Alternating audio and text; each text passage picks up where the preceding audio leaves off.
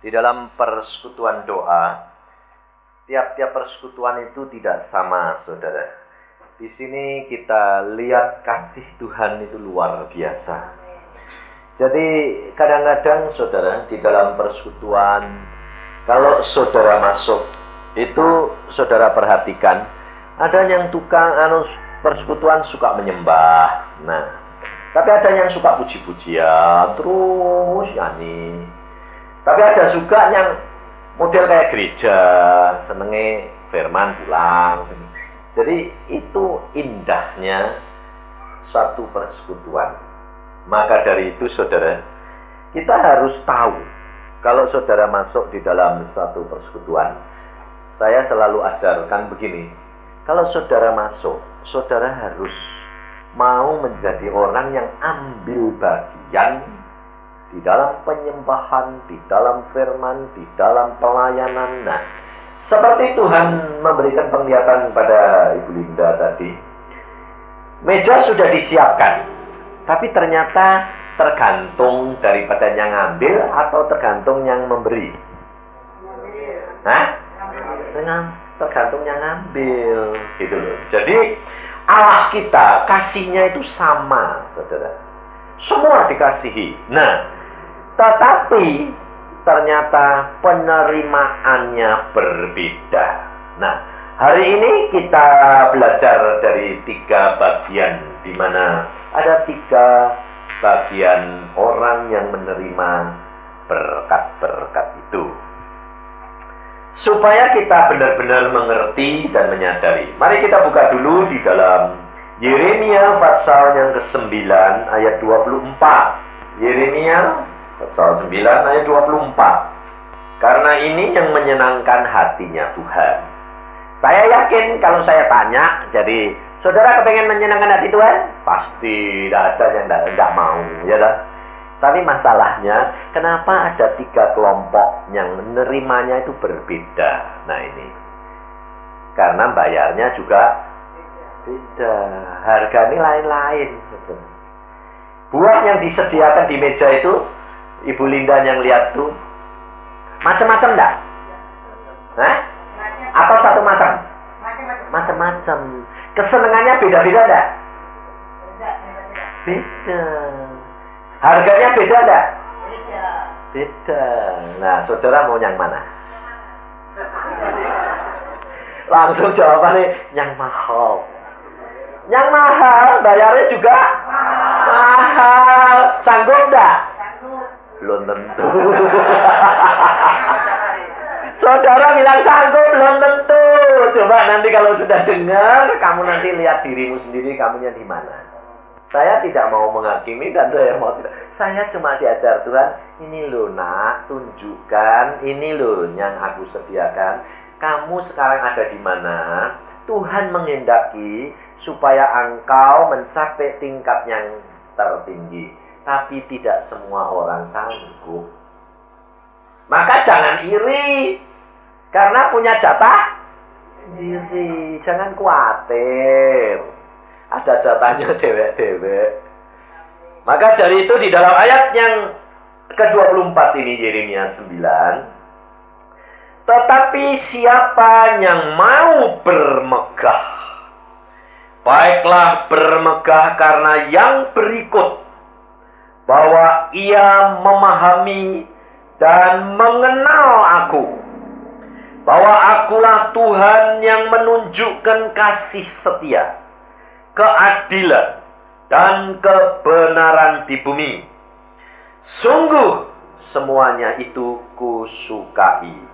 Demikianlah firman Tuhan. Nah, saudara perhatikan bahwa Tuhan itu senang kalau saudara memahami dan mengenal aku. Nah, memahami dan mengenal. Ini kira-kira orang sudah umur berapa? Saudara dan saya semua saya tanya, engkau anak-anak Tuhan? Amin? Amin. Anak itu dilahirkan dari kecil atau sekaligus gede?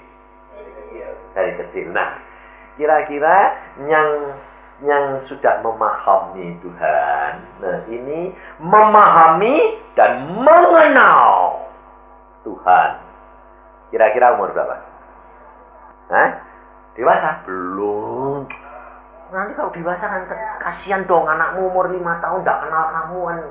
Kasihan loh. Nah, ada 3 kelompok, saudara. Nah, yuk kita lihat bagaimana cara mencapai ini di dalam hal ini, kesenangan Tuhan ini.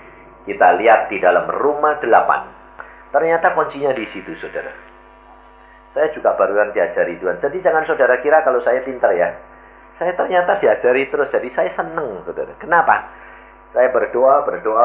Setelah tadi pagi penuh dengan konseling, saya pulang, terus sembahyang. Setelah berdoa, Tuhan bilang, nanti ajarkan ini ya. Nah, jadi kalau saudara mengagumi saya, salah. Kenapa? Saya kerap kali cerita sama Pak Samudi, sama istrinya Ibu Im. Saya bilang, orang itu kok tidak kenal saya, kamu kenal saya enggak? Lu ya seneng kayak kamu tahu, enaknya apa? Aku ini cuma jongose Tuhan, cuma duduk diem, lalu Tuhan ngomong, saya sampaikan. Orang dengar, waduh enak ya. Aku ya turut enak, kenapa? Aku cuma dengar loh, saya cuma menjadi penyambung lidah. Diajari, aku sendiri diajari loh saudara. Kalau sudah diajari gitu senang. Duduk itu kayak Tuhan itu cerita, saya jadi muridnya, dia ngobrol, lalu saya tanya, lah kalau gini, kalau gini, kalau ada gini, aku dengar gitu, pikiran kok gini, nah ya itu gini. Oh enak ya Tuhan, enak loh. Saudara tahu, jadi saya dapat yang pertama, betul ya? Karena saya diceritain itu, kamu dapat yang nomor berapa? Nah. Tapi hadiahnya sama enggak? Sama. Maka dari itu kadang-kadang ditambahin nih. Di sini itu kadang-kadang saya bilang, lu kok mau tambahin? Nah ya kasihan kok mereka. Loh, saya dapat lagi loh. Jadi saya selalu berlomba dengan saudara, saya tidak mau kalah. Rugi. Sebabnya apa? Saya tidak mau jadi calo. Jadi saya masuk, saudara masuk. Jangan saudara masuk, saya ketinggalan, tidak mau. Maka di dalam Roma 8 ini ternyata kuncinya, saudara. Dan ini jalan yang Tuhan berikan, dan saudara dan saya harus meraihnya. Di dalam Roma 8 ayat 28 di sini kita tahu sekarang bahwa Allah turut bekerja dalam segala sesuatu untuk mendatangkan kebaikan bagi mereka yang mengasihi Dia, yaitu bagi mereka yang terpanggil sesuai dengan rencana Allah. Ternyata ayat ini terbagi dari 3 bagian. Bagian yang pertama adalah kita tahu sekarang bahwa Allah turut bekerja dalam segala sesuatu untuk mendatangkan kebaikan. Ini kelompok yang pertama, saudara. Nah, ternyata banyak orang Kristen tidak pernah naik ke tingkat yang lebih tinggi. Hanya sampai di sini. Nah, kelompok ini ternyata ini adalah bayi-bayi Kristen yang baru dilahirkan. Karena bayi Kristen yang baru dilahirkan maupun bayi sesungguhnya yang baru dilahirkan, dia mengasihi orang tuanya enggak? Dia mengenal orang tuanya enggak? Belum kenal. Kok kamu bilang kenal titik-titik itu piye toh? Coba belum lahir, buka matanya aja belum lihat kok. Coba yang baru lahir itu kenal kamu? Suaramu kenal? Enggak, bapak ibu ini siapa ya tidak tahu. Nah, saudara perhatikan. Yang dia tahu hanya apa? Ada orang yang berbuat baik kepada dia. Dia nangis, ada tangan yang ngasih. Dia menangis karena dia pakaiannya kotor, ada yang ganti. Dia belum bisa bicara, belum bisa minta. Ya tak? Ya. Tapi selalu tangan-tangan yang datang itu menolong dia. Kenapa? Orang Kristen yang baru lahir selalu minta terus enggak? Hah? Setiap orang diharapkan nolong dia enggak? Hah? Dia kenal enggak? Memberi. Kenal enggak memberi? Enggak. Dia mengenal enggak? Mengasihi. Taunya? Menerima. Ternyata ada enggak orang itu di kelompok ini? Tuhan, tolong si Tuhan. Aku mau ngerjakan ini. Lekar, tidak peduli. Tuhan, kuasamu nyatakan. Tuhan, ini loh, ya lah. Apa saja yang mau dilakukan Tuhan, ayat Alkitab berkata, kita tahu sekarang Allah turut bekerja. Jadi ini kelompok yang mana? Bayi dan banyak enggak? Masih bayi di sini. Saya tanya, bayi ini bayar enggak? Tidak pernah bayar, tidak pernah memberi, tidak pernah mengasihi. Taunya minta, terima terus. Dan ternyata kelompok ini yang pertama, orang Kristen bertahun-tahun tidak ngerti. Ini kelompok yang pertama. Nah, tapi Tuhan sayang enggak orang-orang model gini? Sayang, tetap disediain enggak? Iya. Tetap dilayani enggak? Iya. Loh, tapi ada waktu yang Allah sudah tetapkan. Kalau engkau sudah diberi kesempatan dan engkau tidak raih, akan datang waktu itu. Baru minggu yang lalu, saudara. Baru minggu ini loh, saya hari Senin datang. Minggunya malam-malam, siang. Siang-siang saya didatengin orang, dia bilang, Pak, tolong sih Pak, doakan saudara saya. Kenapa? Saudara saya ini sudah mau bertobat, Pak. Dulunya orang Kristen, kemudian dia jatuh dalam perzinahan, sehingga istrinya 2, anaknya banyak. Cuma anehnya Pak, kenapa? Istrinya rukun. Rukun. Sudah tidak ke gereja, tapi istrinya rukun. Sekarang dia ke gereja, mau bertobat karena apa? Kena stroke, kena serangan, terus dia stroke. Nah, tapi sekarang sudah baik lagi Pak, sudah bisa bergerak semua, duduk, ngomong semua sudah sempurna. Nah, lalu saya dipanggil, saya berkata, loh, manggil itu mau minta apa? Enggak, terserah Tuhan Pak. Benar? Konsekuen loh ya. Sebab saya ini cuma penyambung lidah Allah. Jadi kalau Tuhan maunya ya tak sampai ke lo ya. Oh ya, enggak apa-apa Pak. Nah, ternyata saya datang siang itu semua anak-anaknya datang. Waktu saya datang, kenalkan, saya bilang, sudah tiduran saja. Dia bilang, enggak Pak, saya sudah sehat. Duduk di tempat tidur, ngobrol. Saya bilang gini, Bapak sudah siap bertobat kembali ke dalam tangan Tuhan? Oh iya Pak, saya sudah menyadari segala dosa-dosa saya kok. Sudah? Nah, kamu tahu dosa-dosamu? Ya sudah, jelas semua. Nah, saya tidak mau tanya, nanti repot. Saya berkata, Tuhan mengatakan, terima, kembali, aku beri kamu kesempatan untuk bertobat. Nah, terima, Yesus mau. Sekarang Bapak hanya diminta Tuhan satu hal, apa? Serahkan hidupmu dalam tangan Dia, Dia tahu yang terbaik dan Dia akan melakukan yang terbaik untukmu. Terima? Ya. Oke, kalau kamu terima, kamu sekarang ngomong gini, Tuhan Yesus, ampuni dosa-dosaku, tolong aku dan bebaskan aku dari segala dosa-dosa ini. Nah, itu ngomong dia, wah, nangis dia ngomong. Oke, saya bilang, amin. Setan, kamu sudah tidak menuntut lagi, sekarang ada di dalam tangan Tuhan. Dan Tuhan yang menetapkan apa yang terbaik. Amin. Udah Pak, sudah selesai. Sukacita, ucapkan syukur. 5 menit, saya pulang. Anak sama Denny, anak saya, dia bilang, beres Pak? Beres. Dan terus dia Pak? Tunggu saja tanggal mainnya. Kemarin di hari Rabu saya ditelepon sama istri saya. Ya? Pak Iskandar sudah mati. Wah, kaget aku. Loh Tuhan kok jadi mati?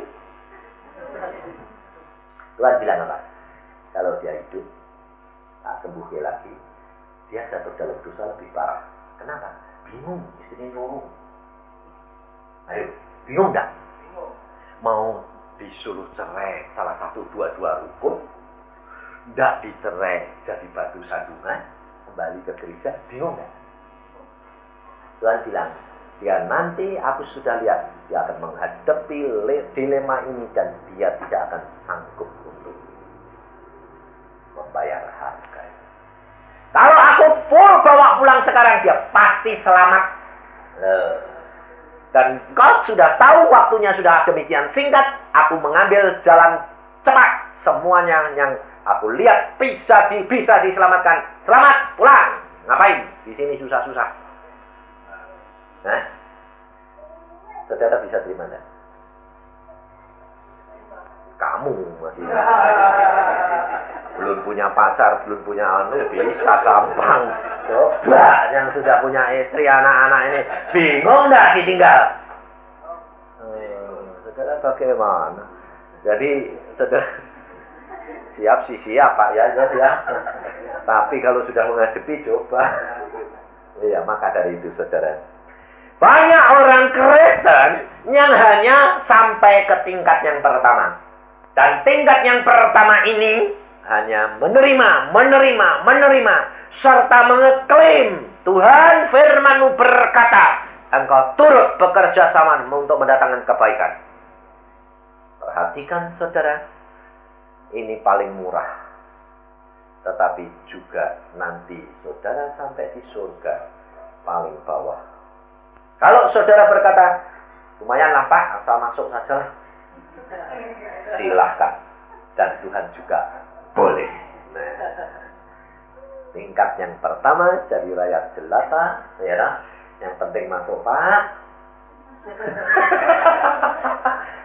Nah, kalau saudara mau masuk meningkat kedua, nah ini yang Bu Linda lihat, meja yang disediakan, bagian buah-buahan yang mudah diraih dan yang paling murah. Silakan, tidak apa-apa.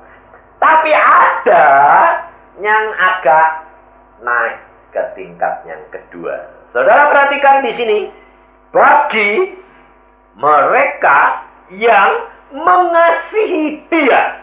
Kalau bagi mereka yang mengasihi Dia, berarti orang ini, anak ini sudah mulai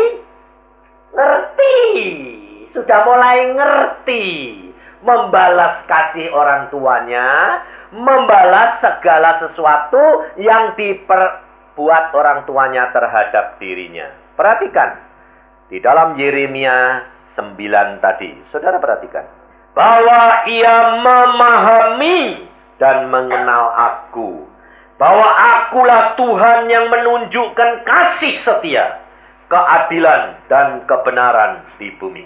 Saudara perhatikan, untuk mengenal kasih daripada Yesus Kristus Tuhan, dinyatakan di sini yang menunjukkan kasih dan setia. Nah, untuk menunjukkan kasih setia ini berarti saudara ini harus mengalami tantangan demi tantangan. Untuk menghadapi keadilan Allah, saudara ini menghadapi perkara-perkara, tantangan-tantangan yang enak atau enggak? Enggak enak. Engkau akan mengalami bahwa Allahmu setia dan tidak akan meninggalkan engkau. Tetapi untuk itu, saudara akan menghadapi masalah yang demikian menjepit saudara.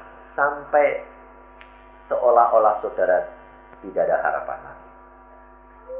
Kedua, saudara-saudaramu seiman maupun di dalam dunia meninggalkan engkau semuanya. Karena selama engkau masih didampingi oleh manusia, Allah belum menyatakan. Sebab apa? Sebab Allah tak mau tahu bahwa Allahmu satu-satunya yang setia, manusia tidak ada yang setia. Berarti semua orang akan meninggalkan kamu dah. Nah, berat kok ringan. Wah, abot sudah mulai abot. Ya, saudara. Ada harga yang saudara dan saya harus bayar. Dan ini selalu saya katakan, alami. Alami. Kalau kamu tidak mengalami, kamu tidak akan menikmati kasih setia Allahmu, keadilan Allahmu, dan kebenaran firman Tuhan ini.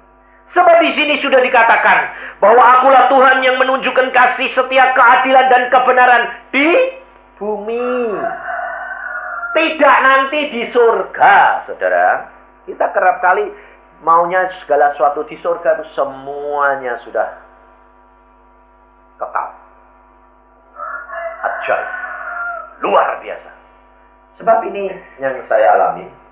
Kenapa saya kerap kali bertanya, Tuhan ini kok disebut di bumi, kenapa sih Tuhan? Saya bilang, Tuhan berkata, kamu kan sudah ngalami. Seperti damai sejahtera yang aku janjikan. Damai sejahtera yang Tuhan janjikan, saudara. Itu di bumi sama di surga. Itu beda, saudara. Saya sampai kaget. Kenapa? Kalau di bumi ini, damai sejahteranya itu bisa berubah-berubah. Karena bukan Allahnya yang berubah, bukan damainya yang berubah, tapi penerimaan kita, sikap kita, iman kita, lingkungan kita itu tidak sama. Contohnya, hadirat Allah. Di persekutuan ini banyak penyembahan. Hadirat Allahnya kan, saudara kalau masuk sini kan beda dengan persekutuan di tempat lain. Kalau di persekutuan lain yang tidak ada banyak penyembahan, pujian yang banyak, nanti urapannya kan lain lagi. Saudara bisa membedakan enggak? Ya. Padahal hadiratnya Allah sama enggak? Kenapa rasanya beda-beda? Manusianya, situasinya, kesenangannya, tidak semua. Makanya indah, saudara. Nanti kalau saudara masuk ke dalam Firdaus, damai sejahtera yang beda luar biasa. Beda lagi. Bedanya di mana? Di sana pikiran kita tidak berkuasa. Sebab saya nakal. Saya pada waktu dibawa ke Firdaus, pikiran saya bawa. Saya bawa. Jangan saudara kira, saya pada waktu dibawa umurnya masih muda. Bawa. Dan pikiran-pikiran ini nakal ini ke bawah sana. Bawa. Jadi jangan saudara kira kalau pikiran saudara dapat di bawah sana. Bawa. Nah, padahal Alkitab berkata apa? Darah dan daging tidak mewarisi kerajaan surga. Nah, jiwa itu di mana? Di darah. Jiwamu ke sana enggak? Tapi kenapa darahnya enggak? Saudara perhatikan.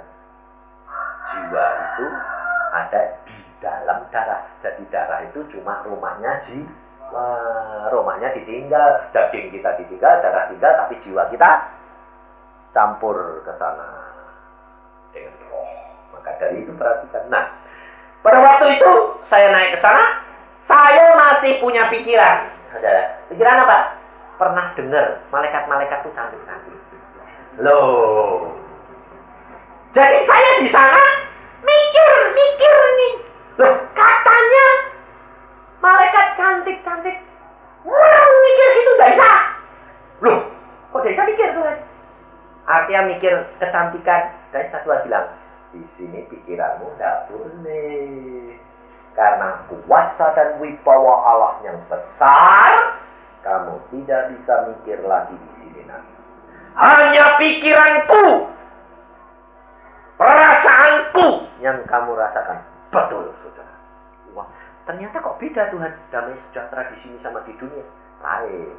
Di dunia itu sementara masih terpengaruh oleh emosi, lingkungan, situasi, iman, cara berpikir, keputusanmu itu mempengaruhi semua. Tapi di sini semuanya Allah yang punya hak. Karena di dalam dunia manusia masih disuruh milih, betul kan? Mau turut setan boleh, mau turut Tuhan boleh. Maka dari itu, saudara, Tuhan memberikan kepada kami pilihan. Maka dari itu engkau mencapai tingkat demi tingkat hanya di sekolahnya di mana? Di sini. Kamu berjuang di sini. di sana sudah kekal. Lah, lalu adakah nanti peningkatan di sana berkembang terus? Berkembang, tidak pernah berhenti. Jadi, saudara bisa nanti yang saudara umpamanya meninggal masuk tingkat pertama karena di sini asal pokoknya aku bayi terus tidak apa-apa lah. Minta terus sama Tuhan, kerjasamanya Tuhan, pokoknya masuk surga. Terus kamu sudah masuk, terus nanti bisa meningkat, nah, masuk tingkat yang lebih tinggi, bisa tidak? Nah, tidak bisa. Kalau sudah di situ ya di situ terus, meskipun meningkat semua, kamu meningkat, yang di atasmu ya meningkat toh, yang di atasmu lagi ya meningkat terus. Jadi tidak pernah terkejar, tidak bisa. Semua berkembang di sana. Maka dari itu, kalau engkau mau mencapai kesempurnaan yang Tuhan kehendaki di sini, berjuang di sini, jangan enak-enak. Jangan saudara kira kalau engkau normal, sehat, lalu lengkap, kamu menang sama orang yang sakit, cacat, atau kekurangan. Tidak. Belum tentu. Perlombaan. Sebab demikian orang nanti meninggal semuanya sempurna. Maka kalau engkau masih terikat oleh daging dan darah dan pikiran jiwa ini, engkau tidak bisa lepas mencapai kepada tingkat yang ketiga yang terakhir tadi nanti. Yang kedua saja ini saudara. Saudara sudah dilatih untuk apa? Firman Tuhan berkata apa? Mengasihi. Nah, kalau mengasihi itu mulai berkorban, kan? Hah? Nah, kapan anak-anak mulai coba belajar mengasihi? Mulai remaja, betul tidak? Nah, di dalam keadaan yang remaja, saling mengasihi, ini ada tuntutan tidak? Saudara mengasihi, saudara ada tuntutan tidak? Ada. Saudara jatuh cinta, saudara mau ngasihi orang itu, ya. Tapi saudara nuntutnya apa? Dikasihi balik dong. Betul nggak? Ada tuntutan toh? Nah, kalau yang pertama tadi, seluruhnya buat saya. Tingkat yang kedua, kita sudah mulai memberi. Tetapi masih ada tuntutan. Minta balesan. Nah, saudara, kau perhatikan. Tuhan itu luar biasa. Tuhan mau menunjukkan dulu proses ini. Coba perhatikan. Saudara tidak akan mengenal kasihnya Allah sampai dia mengalami pengertian bahwa dia sekarang harus memberi. Untuk itu, saudara harus baca firman. Karena kalau anak itu sudah mulai sekolah, mulai dididik, bisa membaca, baru dia mengerti apa yang Bapak senang, apa yang Bapak tidak senang. Nah, jadi kalau kira-kira kalau orang Kristen tidak pernah sekolah, baca Alkitab, sekolah sama Tuhan pribadi, bakal naik ke tingkat 2 enggak? Tidak bakal naik. Bayi terus. Bayi terus. Minta terus. Nuntut terus. Bingung terus. Lalu apa? Cengeng. Sekarang kalau bayi itu tambah lama, tambah gede, tidak pernah sekolah. Yang lain sudah sekolah, dia tidak sekolah. Minder enggak? Hah? Rendah diri enggak? Orang rendah diri itu jiwanya selalu ketakutan enggak? Takut, khawatir enggak? Bingung enggak? Ketemu orang takut enggak? Nah, itu orang Kristen di sini banyak enggak? Masih gitu enggak? Yang mencuri tetap nyuri terus. Yang nipu ya nipu terus. Yang nakal ya nakal terus. Lah karena tidak pernah dididik kok, tidak pernah berubah. Saudara harus belajar baca Alkitab dan ini mulai kenali.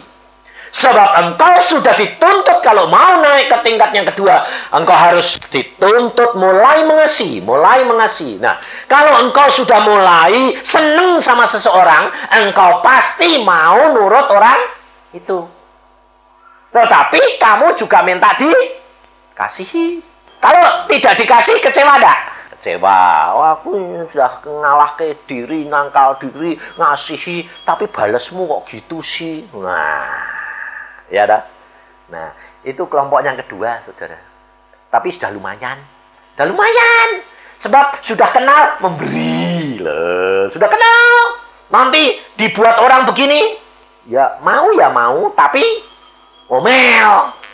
Aku sudah memberi, kok aku udah diberi. Jadi ini masih gonjang ganjing terus. Bisa naik, bisa turun. Bisa naik, bisa turun. Nah, saudara perhatikan. Untuk yang ketiga, saudara, Alkitab berkata apa? Yang terpanggil. Di sini ditulis apa? Yaitu bagi mereka yang terpanggil. Nah, terpanggil ini terpanggil. Terpanggil ini paksaan pada. Terpanggil ini saudara diberikan wewenang, mau ndak sukamu. Saudara dipanggil, diberikan wewenang untuk memilih, mau ndak naik ke tingkat tinggi, mau ndak meraih ini buah-buah yang harganya mahal, mau bayar, loh bayar. Sebab di sini dikatakan yang terpanggil sesuai dengan rencananya siapa? Allah. Lah, yang kedua tadi kamu masih punya rencana enggak? Masih. Yang pertama tadi rencananya siapa? Kamu sendiri nangis, minta pokoknya makan. Kalau yang ketiga ini rencana Bapak Allah. Jadi kamu punya andil enggak?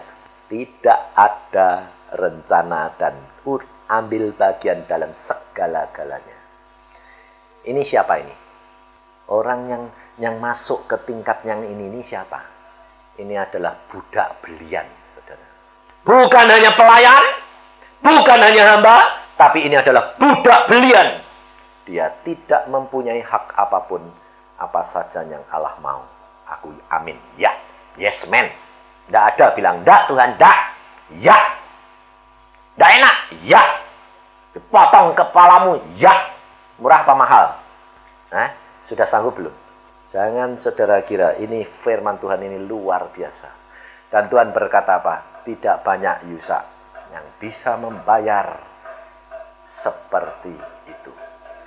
Karena engkau lihat sendiri, Tuhan berkata, belajarlah kepadaku, kata Tuhan. Kenapa? Karena tidak ada orang yang dapat membayar seperti aku bayar. Dia kepingin tinggal dengan murid-muridnya. Baru 3 tahun sedang seneng-senengnya, sedang membina murid-muridnya, sedang murid-muridnya dibangun iman percayanya. Bapak berkata, sudah selesai. Loh Tuhan. Yesus hatinya sedih. Mau mati rasanya aku meninggalkan kamu. Karena dia masih rindu. Bapak berkata, cukup nak. Padahal dia menantikan untuk dipakai oleh Allah Bapa. 30 tahun dia menahan diri, membayar harga itu. Tetapi Bapak berkata, cukup 3 tahun cukup. Tidak usah lama-lama. Yesus masih kepingin. Yesus dibutuhkan. Tapi Yesus tahu. Dia datang untuk menggenapkan syarat Taurat. Bukan untuk langsung ke dunia. Pemberitaan dan keselamatan isi dunia dibebankan kepada murid-muridnya yang tidak mempunyai kemampuan seperti dia. Bayangin saudara. Saudara mau punya perusahaan yang besar, saudara sudah gedein, lalu Tuhan berkata, berikan nak kepada anakmu yang belum bisa apa-apa. Bayangin saudara. Saudara rela? Kau sedang dipakai Tuhan luar biasa. Tuhan berkata, yuk pulang nak. Yang muda-muda sudah muncul, berikan mereka karunia-karuniamu. Tumpangkan tangan, berikan. Rela? Inilah saudara. Makanya banyak orang berkata kepada saya, Pak Yusak, kami masih butuh kamu. Tidak usah ngomong gitu ya, saya bilang. Dunia membutuhkan Yesus. Tapi Bapak berkata, selesai, pulang. Allah sanggup melakukan segala perkara. Kita harus belajar dari Tuhan Yesus. Kita mempunyai bagian sendiri. Kalau Tuhan berkata, cukup nak, cukup. Itu yang terbaik. Betul tidak? Kita adalah mau mencapai kesempurnaan. Yesus berkata, hendaklah engkau sempurna seperti Bapakmu sempurna adanya. Rela yang direncanakan oleh Allah itu baik. Saudara percaya enggak rencana Allah baik dalam hidupmu? Hah? Tahu pasti. Tapi untuk jalan itu enak enggak? Belum tentu. Betul loh? Kenapa kamu ngomel? Kenapa kamu enggak ngucap syukur? Kamu bilang apa? Belum sampai, Pak, ke situ. Habis berat sih, Pak. Lah ini loh, saudara. Maka kalau Tuhan menjabarkan segini, saudara akan tahu, wah, aku kok baru di sini ya. Bayangin, saudara. Dan Allah menuntut saudara. Dan Allah memberikan kepada saudara dan saya. Silahkan pilih, nah. Aku sudah menyediakan segala-galanya. Tergantung kamu. Rela kamu seperti Tuhan Yesus? Makanya seperti yang saya katakan, saudara. Coba kita lihat. Di dalam Injil Matius. Ini Tuhan suruh mengulangi lagi. Tuhan Yesus berkata di dalam firman Tuhan ini, di dalam Matius. Setiap orang yang mau mengikut aku harus menyangkal diri dan pikul salib. Nah, Matius 16 ayat 24. Setiap orang yang mau mengikut aku, ia harus menyangkal dirinya, memikul salibnya dan mengikut aku. Nah, saudara perhatikan, banyak orang ini menangkap ini, nyanya ini salibnya siapa? Salibnya sendiri atau salibnya orang lain? Banyak orang menerima ini salibnya siapa? Salibnya dewek. Salah, saudara. Sebab Yesus berkata apa? Belajarlah kepadaku. Marilah yang berbeban berat. Aku akan memberi kelegaan. Nah, pikulah ku yang ku pasang.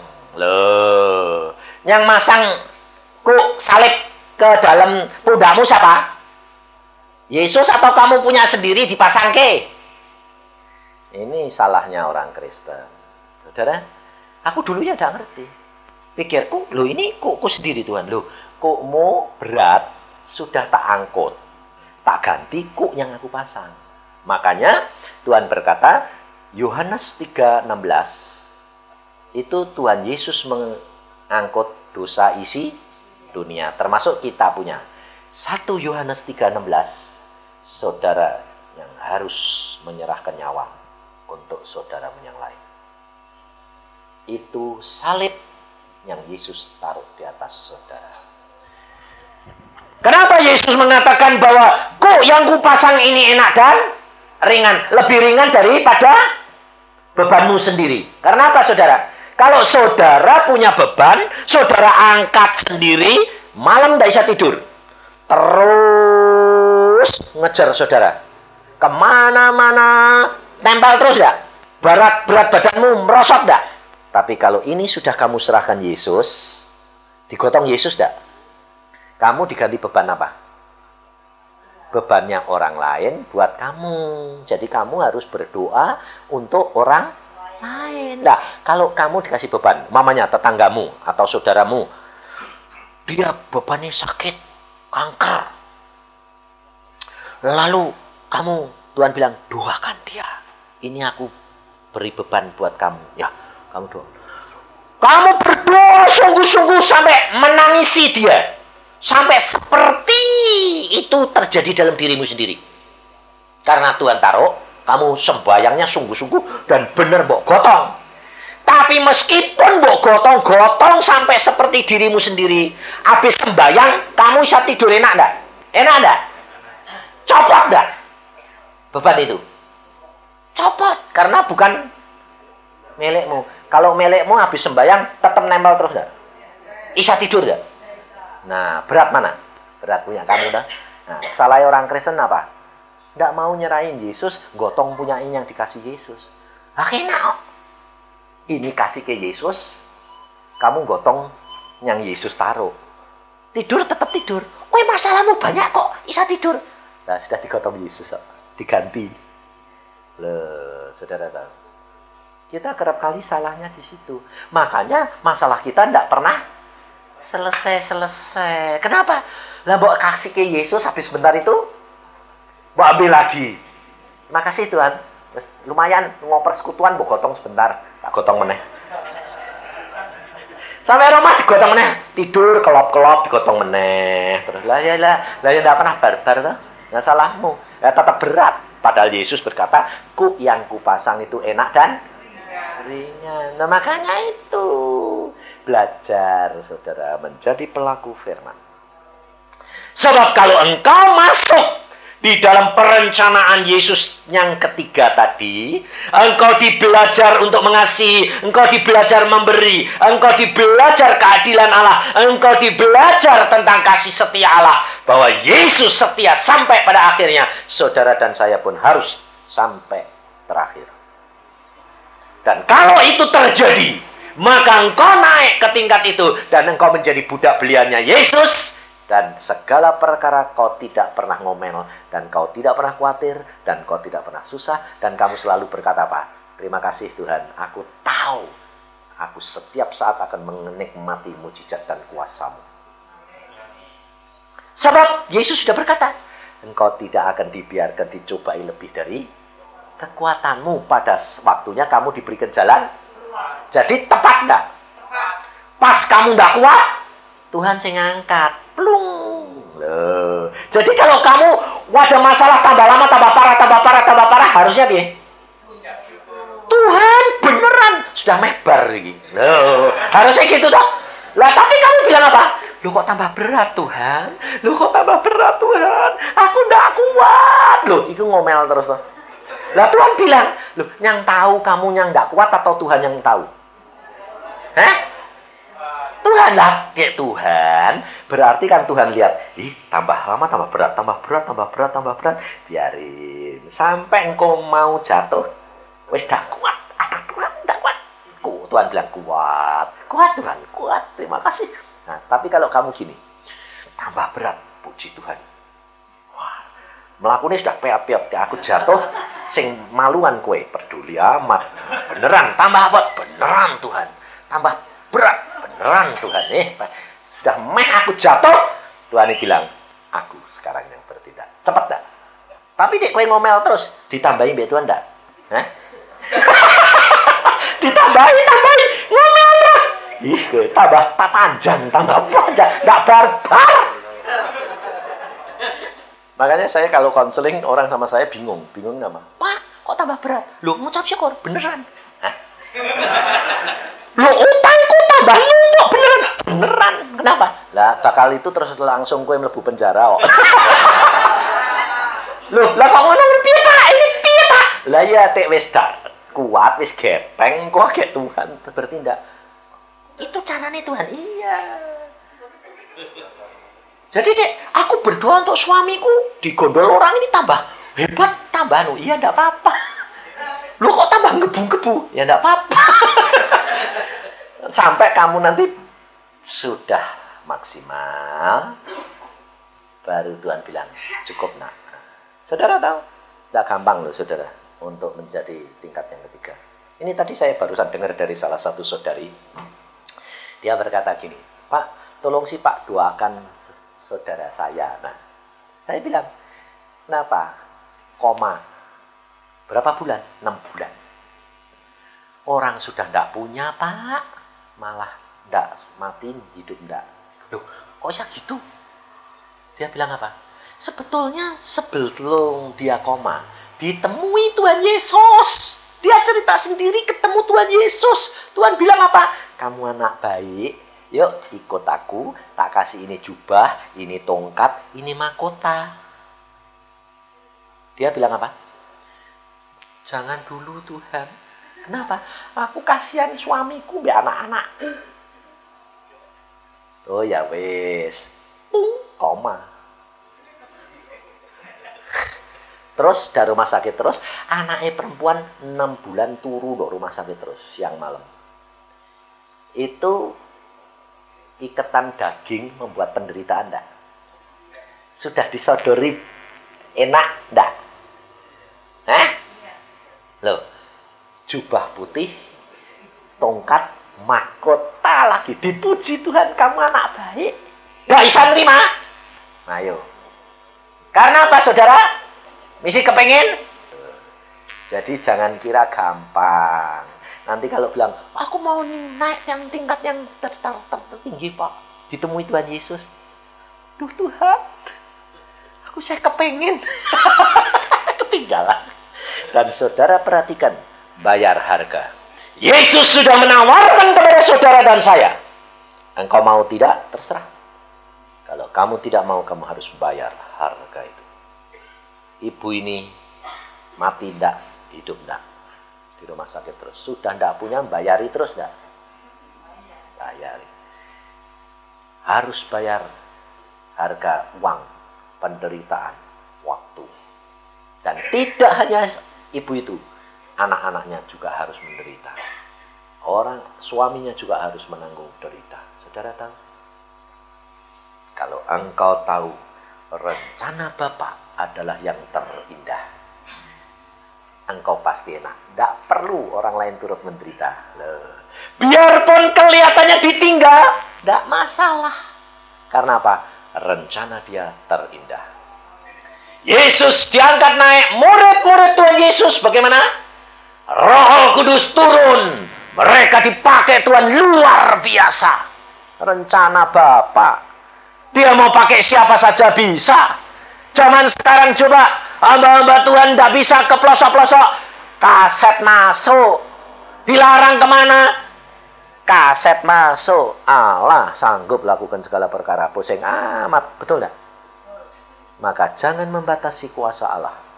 Dan saudara harus tahu, engkau dan saya harus mencapai kepada tingkat yang terakhir. Budak belian setelah engkau lakukan. Saat terakhir Yesus mau pulang bilang apa? Aku tidak memanggil kamu lagi hamba, tapi engkau adalah sahabatku. Siapa yang tidak kepingin jadi sahabatnya Yesus? Hah? Saudara, untuk itu bayar harga lebih dahulu. Rendah hati, rela memberikan kepada yang lain. Kalau Bapak menghendaki, berikan. Salurkan semua karunia berkat-berkatmu itu. Dan Allah akan membalas. Tuhan berkata, selesai nak tugasmu, kau menjadi sahabatku. Tinggal bersama dengan aku. Itu yang saudara dan saya rindukan. Betul? Maka dari itu, sekarang kita periksa diri kita masing-masing, saudara. Di mana aku berada? Yang mana buah yang mana yang aku sekarang ini nikmati? Yang murah, yang mahal, atau yang termahal? Sudah sanggupkah kamu bayar harga? Mari kita berdoa. Saudara, apa yang saya sampaikan ternyata sekarang ini waktunya saya akan lakukan apa yang Tuhan mau. Oh Yesusku, kia karatas syakata kaya karatas. Setiap orang saudara akan mendapatkan aliran-aliran yang Tuhan alirkan melalui saya. Saya tidak tahu karena saya hanya seorang hamba. Setiap orang nanti bergiliran datang, saya cuma menjamah dahi saudara. Engkau mendapatkan apa, karunia apa, saya tidak tahu. Itu tiap orang mempunyai sendiri-sendiri. Dan tergantung daripada iman dan harapan saudara. Kalau engkau mendapatkan saluran apa yang saya punya, ketaatan, kesetiaan, penyerahan, engkau pun akan dapat. Kalau engkau belum mampu, engkau akan dapat bagian yang lain. Itu hak dari setiap orang. Saya tidak akan melakukan itu di setiap persekutuan. Hanya di tempat yang Tuhan suruhkan. Dan jangan saudara lalu mencari, lalu turut nanti dapat lagi di tempat lain. Tidak sama. Saya tidak akan melakukan yang sama karena Kristus yang menjadi Tuhan dan aku adalah hambanya. Oh Yesus, sikia karata syakata kaya karata sikikia karata sok. Oh Yesus. Yesus, sikia karata syakata kaya karata sikikia karata syakata karata se. Kaya karata shikita korea kata syakata kaya karata sikita korea kata syakata. Oh Tuhan, Tuhan, ya karatash. Kalau memang waktunya sudah tiba, Tuhan, hamba-Mu salurkan semuanya. Dan tiap orang akan menerima sebagaimana yang Engkau mau, Yesus. Sekia karatas syakataka ya karatas.